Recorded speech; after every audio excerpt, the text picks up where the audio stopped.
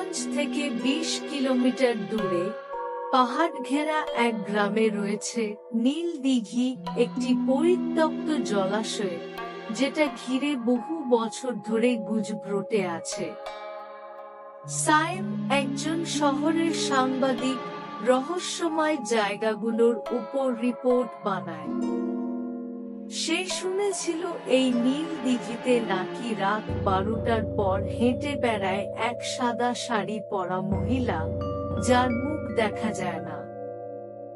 আশেপাশের গ্রামের লোকেরা এতটাই ভয়ে থাকে যে সূর্য ডোবার আগে কেউ দিঘির ধার দিয়ে যায় না। সায়েম এই কাহিনীর সত্যতা যাচাই করতে গ্রামে যায় এবং একটি পুরনো বাড়িতে ওঠে। প্রথম রাতেই সে শুনতে পায় কার যেন কাঁদার আওয়াজ, যেন কেউ কষ্টে ছট করছে।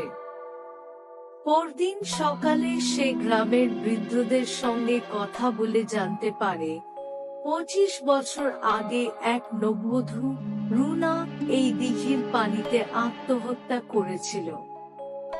তার বিয়ের রাতে তার স্বামী বেপাত্তা হয়ে গিয়েছিল, আর সে বিশ্বাস করেছিল তাকে ত্যাগ করা হয়েছে। কষ্টের অভিমানে সে দিঘিতে ঝাঁপ দেয়।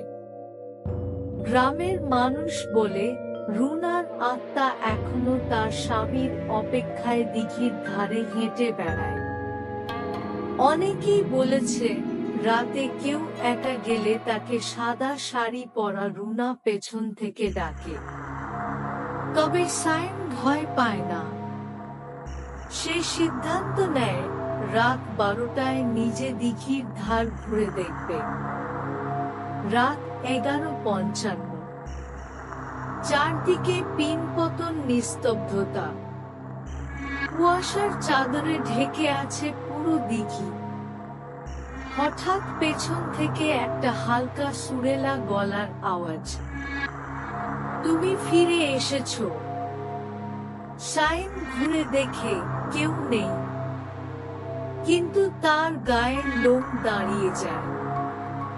এরপর শুরু হয় অদ্ভুত সব ঘটনা। সে দেখে পানির ওপরে একটা মেয়ের ছায়া, যার চুল ভিজে, মুখটা ঝুঁকে আছে। হঠাৎ সেই ছায়া জল থেকে উঠে আসে ধীরে ধীরে এবং বলে, তুমি আমায় ফেলে চলে গেলে কেন? সায়েম দৌড়ে পালায়, কিন্তু পেছনে ওই কণ্ঠ বারবার বলে, থামো, আমায় ছেড়ে যেও না। সায়েম জ্ঞান হারায়। পরদিন গ্রামের লোকেরা তাকে অচেতন অবস্থায় দিঘির পাশে খুঁজে পায়। তার হাতের মধ্যে একটা সাদা ওড়না ধরা ছিল।